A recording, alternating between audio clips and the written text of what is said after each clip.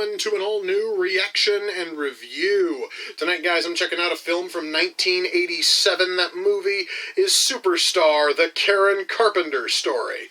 Now, I have to make a few things clear before I dive into this movie. First of all, I have wanted to watch this movie for many, many years. The big reason why is because this is one of those movies that you have to bootleg or pirate in order to watch. You see, Superstar, the Karen Carpenter story has not been legally available since 1990. I will go into details on that in just a moment. But before I do that, I know a lot of you out there will not have a clue as to who Karen Carpenter is, and I want to try to explain that as quickly as I can. Karen Carpenter was a soft rock star in the 1970s. She was in a band called the Carpenters with her brother Richard Carpenter. And their music was amazing. Okay, I will totally say right now that I know you guys know me as someone who's more into harder rock and heavy metal, but I liked the Carpenters stuff. It is some of the best soft rock you will ever find. It isn't like the greatest music ever, but goddammit, I actually kinda sorta like it. Now, Karen Carpenter died in 1983 from a heart attack brought on by years of anorexia. Now, why hasn't this movie been legally available since 1990? That's because Karen's brother Richard sued the maker of this movie, claiming copyright infringement, and the judge awarded the case to Richard Carpenter, and he has all rights to the movie, and he has no intention of ever releasing it. So, the only way to watch it is to find pirate copies or bootlegs, or lucky me, you can go onto YouTube right now, and there's multiple copies of this movie up there for free. So yes, guys, the big reason why I have wanted to watch this is because of the Streisand effect. Because Richard Carpenter doesn't want people to watch this, I feel more and more compelled to seek it out, and I finally decided to see if it was on YouTube. And what do you know? I've got it sitting right here, and I've been curious. Now, there is one not happy, but there's a fun little gimmick with this movie. Instead of just getting actors and shooting on sets, the filmmaker, a man by the name of Todd Haynes, decided he was going to shoot the entire thing using Barbie dolls and miniature sets. I have no idea how that is going to look. I am rather curious. I have no idea if this movie is going to be any good at all. I can guarantee you that the soundtrack is going to be great because it's going to have the Carpenters in there, man. It's going to be an all Carpenters soundtrack. That's awesome. So I can tell you right now going in, it's going to have a fantastic soundtrack. But now the big question is the movie itself any good? And I hope to find that out right now. So, without further ado, it's time to kick back, relax, and check out Superstar, the Karen Carpenter story. Well, guys, I can say a few things. Number one, as I stated earlier, the soundtrack is awesome. Because it's the fucking Carpenters. This stuff is amazing. Number two, I am really impressed by a lot of the miniature Barbie doll sets here. There is just a lot of detail just oozing out of every facet of these sets. And that's something I wasn't really expecting, considering the fact that the dolls being used are only like 10 inches tall or something? I mean, there's a ton of detail here. The very fact that I can make out all of that detail and the copy I'm watching is this fucking blurry, that makes that even more impressive. That's fucking awesome, dude. So guys, I was talking about the miniature sets earlier. We're now up to a point when Richard Nixon asked the Carpenters to play at the White House. And this shot would look a lot better if the picture of the White House didn't have that fountain in the front. It makes it very clear that it's a still photo of the White House because the fountain's just frozen there in place. The scene is over, but my God, that looked so shit compared to every other shot in this movie. I understand, guys, that it's minor. It's trivial. I could also complain about how the text which was on screen was almost unreadable. A, because the picture was that blurry, and B, because it was black text hidden mainly by Karen Carpenter's black hair. But hey, I really think I can overlook all of that just simply because that background shot was that bad. But hey, so far though, the movie's pretty fucking decent.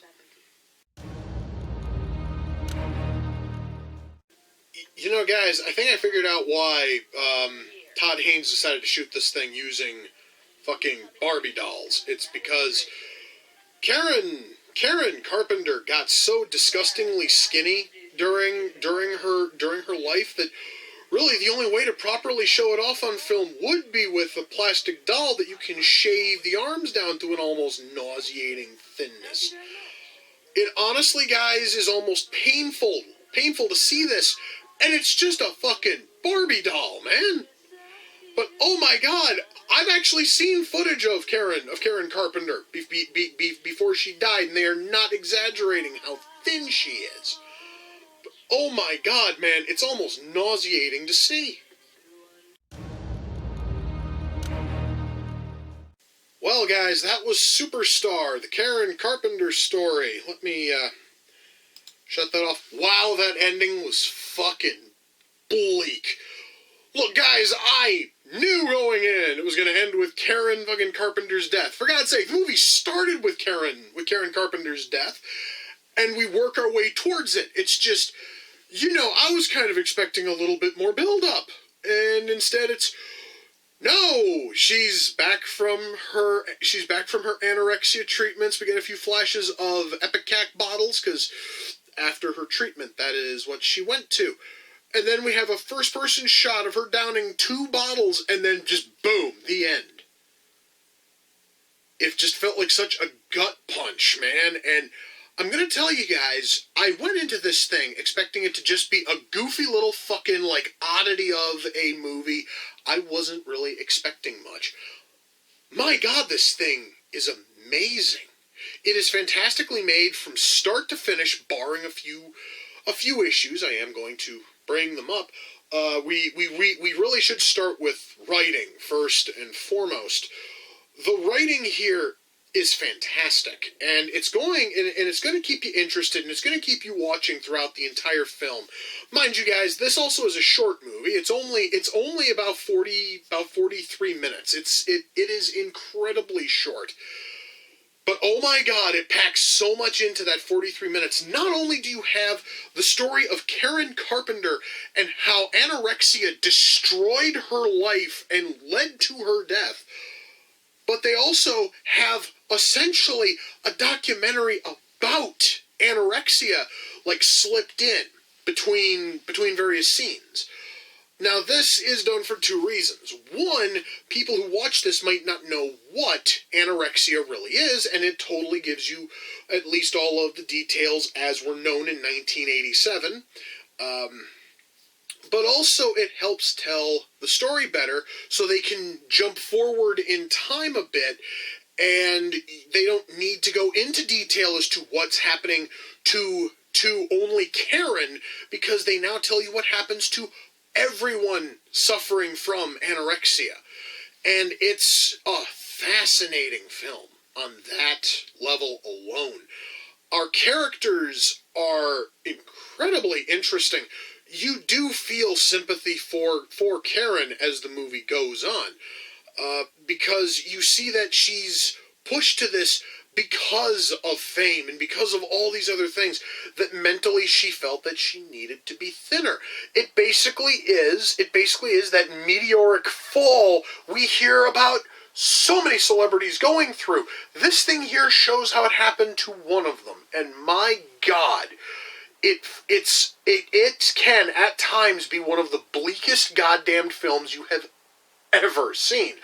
Part of that has to do with the writing. Part of that has to do with how this thing is so well paced out. Guys, because this movie is only about 40 minutes long, it's just over 40 minutes long, there is there is no fucking room for this movie to actually slow up any.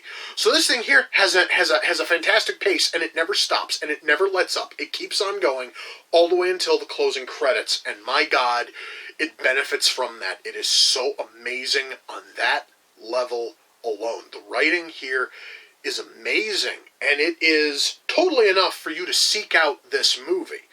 Now, the acting. The acting is one of those things that I kind of have to talk about. The acting is a little bit mixed. And I'm not talking mixed from this actor is decent and this actor is shit. It actually is more of like a scene by scene thing, where you will find certain scenes where the acting is amazing. And, okay, for instance, when Karen shortly moves into her house, she finally is able to get away from her family, and she's got her own place. Her brother shows up and finds a box of laxatives on the table. There's this very heated talk be fucking tween them. The acting in that scene is spectacular. Now, if there was anybody who I could say was horrible when it came to acting, it's the two people who they got to play, who got to play Karen's parents. They sucked. All right, the people who play Karen and Richard's parents are terrible. But, thankfully, they don't have a whole lot of dialogue. In fact, this whole thing is driven by Karen and Richard Carpenter and damn near no one else. The fact that those two, in almost every scene, are just fucking lighting it up and doing awesome. That is what saves this movie, and that is what makes this movie as great to watch as it is, because the both of them are just kicking it off with amazing performances. And mind you, they have to put all of their feeling into their voice, because on screen you're just seeing Barbie dolls who can't change their face, who cannot physically emote on camera. So these people have to verbally and auditorily emote, and that's great. And that is a fucking challenge. That is something very few people can really pull off well. And our two stars here do it brilliantly. I think that's why the people who play their parents suck so badly, is because they're not trying to put a whole lot of feeling in. They honestly seem to sound as if they can just pick up, extra fucking feeling in post through I don't know what. So when you hear these somewhat decent performances, all told kind of decent, but they're coming out of these lifeless plastic dolls, the whole thing honestly feels a little bit empty. Now, because our two stars are putting all the feeling in the world behind everything that they are saying, it feels more real, it feels more powerful. It works because they have to compensate for the fact that the dolls on camera cannot emote. And that's awesome. The acting here, guys, is for the most part great. Now, there are a couple of scenes, including ones with our two leads, that feel kind of empty and kind of flat. Those, I'm going to assume, were the earliest scenes recorded with our two leads, before they really knew that they had to fucking give it their all to make the scenes work. But still, what is there at least kind of works, and I'm really bitching about something that's ultimately trivial, considering how short this movie is, and how few of those scenes are actually, and how few of those poorly done scenes are actually in the film. Now, I want to talk about the sets. I want to talk about the actors. I want to talk about those fucking dolls. First, I should cover sets. The sets in this thing look amazing. I commented on it earlier. There is a mountain of detail in almost every single shot. And that is made even more fascinating by the fact that the version I'm watching is a very blurry VHS copy. So you can't make out a whole lot of detail, but I could still get a lot of detail from it, and that's amazing. If this thing here were cleaned up and we're shown in like 1080p, I would probably have my mind fucking blown by all of the detail popping out. Either that, or I'd notice all of the flaws that are kind of hidden by the fact that the VHS copy is blurry as shit. But either fucking way, the sets look awesome. Now let's talk about the dolls. I want to talk about faces for a moment, because these dolls all have faces that are hand sculpted. In certain cases, it looks fine. For instance, Richard's face looks fine, even though it just looks like they kind of carved into a Ken doll, kind of, without actually doing anything new. Their parents look fucking ghoulish. And while I'm on the subject of ghoulish, I want to talk about the Karen Carpenter doll that was used throughout this movie. It started off looking like a standard Barbie doll, with nothing real special on there except maybe different hair. And then as she begins to let her illness take her, they begin to carve off chunks, or they begin to shave off bits of this fucking Barbie doll, until the arms are stick thin, the legs are stick thin. There's almost no doll left to be found. And for the head, they sculpt the head so that way there's less and less there as the cheeks begin to sink in, and the face itself just becomes more and more like narrow, and just, it looks horrifying. And that was what they were shooting for. And that's why they needed to use dolls for this. Because I'm going to tell you guys right now, if they were going to make a Karen Carpenter movie, and they wanted to realistically show how her illness ravaged her fucking body, you could not do that with an actual actress without risking the health of that actress. But by using a Barbie doll, and just shaving off more and more plastic to show that she's getting thinner and thinner, it works. And it works in a way that most people probably would never even think of unless they watched this movie. It really is a gripping image, and it's gonna stick with you. This thing is done so well on that level. And that really, guys, is about all I can say in terms of special effects, is just talking about the sets and the, dolls, because I am going to say this right now. Animation of these dolls is kind of shit, but I wasn't going into this expecting something that was going to look ultra fluid. I know that things were going to look cheap.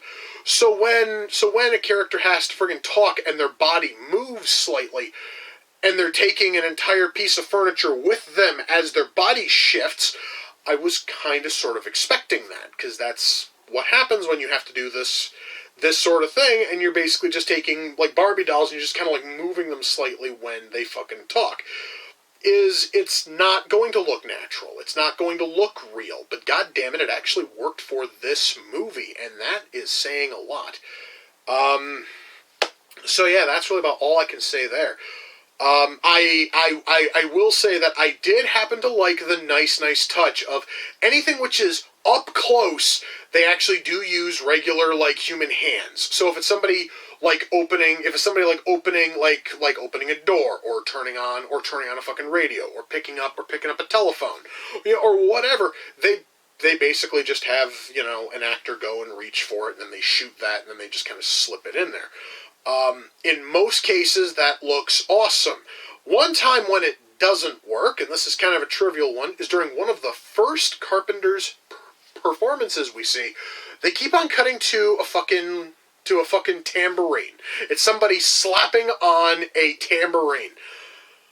Now, it's cool that every single one of those tambourine hits is perfectly timed with the hits that are in the song. The problem is the background. See, because this right here is one of those television appearances where everything is dark and the spotlight is exclusively on Karen. So you would think that the fucking tambourine would be in shadow. Instead, the tambourine is being held up in front of this really bright background, and it looks horrible. I mean, well, it doesn't look horrible, but it looks horribly out of place with the scene that it was put into. And they went to great lengths to make almost every other one of those inserts work. That one didn't, and they kept going back to it throughout that entire segment. And it was incredibly distracting, more than it was anything else. So, kind of felt like mentioning that one. It is sort of an issue. I did also mention when Karen and her brother played at the fucking White House, and it's basically just a shot of the Karen fucking Carpenter doll just rocking back and forth in front of a microphone with a picture of the White House behind them. Except the photo was taken in front of the White House fountain, and you can see the water jets spurting up and just frozen there, and it stands out. And again, it's kind of sort of a distracting thing. The only other real issue I can mention, and I do feel like talking about this, is any time that there is on-screen text. There is a lot of on-screen text. In many cases, you can barely read what's there. Now, the reason is because they went for black text, and a whole lot of the stuff you see on screen is black. I mentioned the White House concert earlier, where you can't read a good chunk of the dialogue because it's being blocked by Karen's hair and her dress and any dark bits in the fucking White House photo. So it's all black text over a shot that is incredibly dark, so you can't read it.